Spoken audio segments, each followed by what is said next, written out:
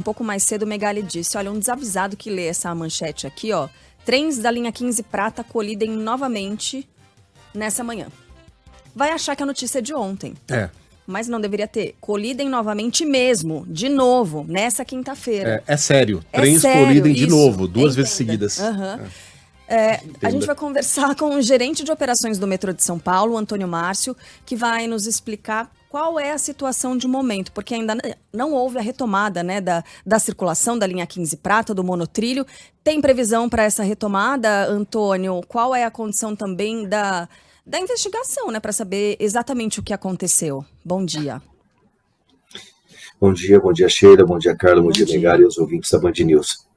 Não, nossa linha já voltou a operar hoje, 6 horas da manhã, em sua totalidade.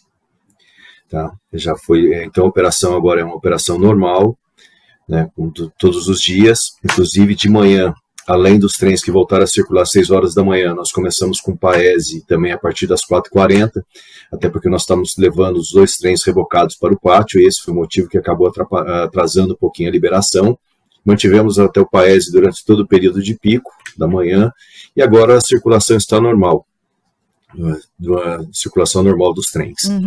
Aproveitando, com relação à batida que teve essa noite, o que acontece? Esse processo de remoção daqueles 2 trens é um processo muito trabalhoso e complexo. Você está trabalhando a 15 metros de altura, né? Nós tivemos que utilizar 2 guindastes para poder estar fazendo essa operação.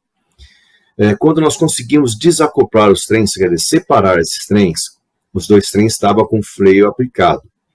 A partir do momento que nós refizemos toda a parte de alimentação elétrica e ligamos esse trem, por algum motivo o trem que estava atrás, esse freio foi liberado, e como ali é um trecho de descida, ele acabou deslocando um pouquinho e batendo novamente no mesmo trem.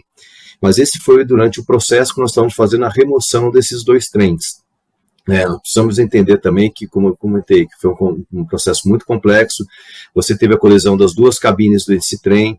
Nessas cabines você tem equipamentos, você tem fiação, você tem alguns componentes ali que faz toda essa parte de controle, né?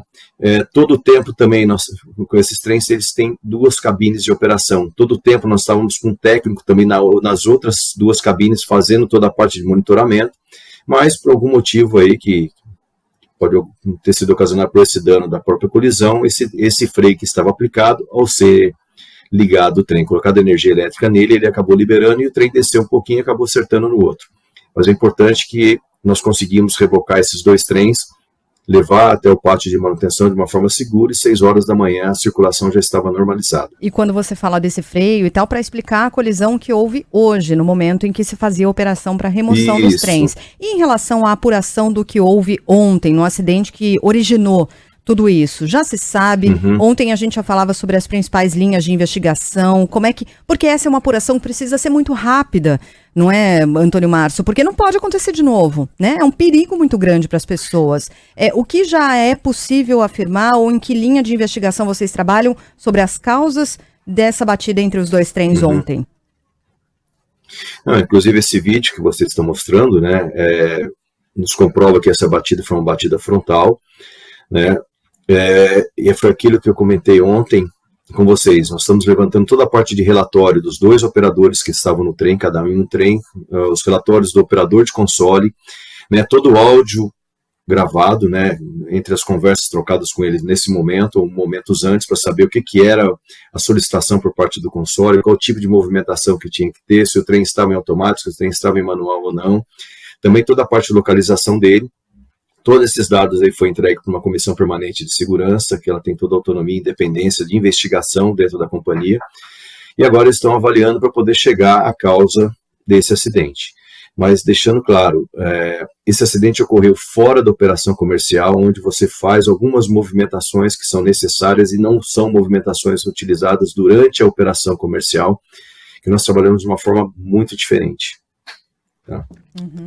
Esse trem, para quem nunca o utilizou, Antônio, ele tem uma particularidade que ele pode ou não, né, ser conduzido por um maquinista. Como é que funciona isso?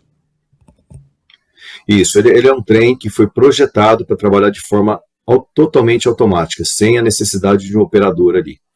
Tá? Hoje nós deixamos uma pessoa ali dentro, até para poder, para caso tenha alguma normalidade, ele poder assumir esse comando, ou por uma necessidade do centro de controle, ele também está assumindo o comando desse trem. Mas hoje todo o controle da circulação dos nossos trens é feito por um sistema de sinalização que mantém uma distância mínima entre trens, define toda a parte de velocidade, tempo de parada e assim por diante. Eu só tenho uma curiosidade, se a gente já tiver liquidado o assunto aqui. Eu ainda tenho perguntas aqui em que, inclusive, ouvintes estão escrevendo, falando sobre redundância de sinalização, uma pergunta que tem chegado aqui muito entre os nossos. Se há uma redundância para evitar que uma falha de sinalização aconteça, quais são os sistemas de redundância existentes atualmente e se a parte estrutural por onde passam os trens, de alguma maneira, foi prejudicada.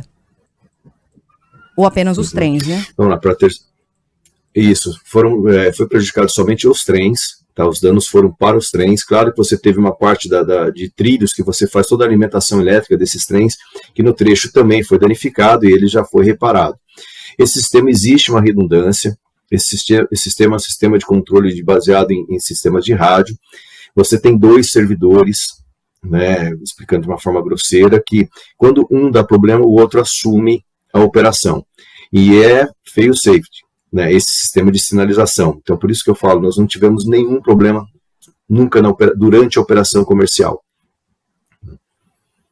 A minha curiosidade é a seguinte, Antônio, esses trens vão para onde? Eles têm recuperação? Tem funilaria para trens ou vão ser descartados?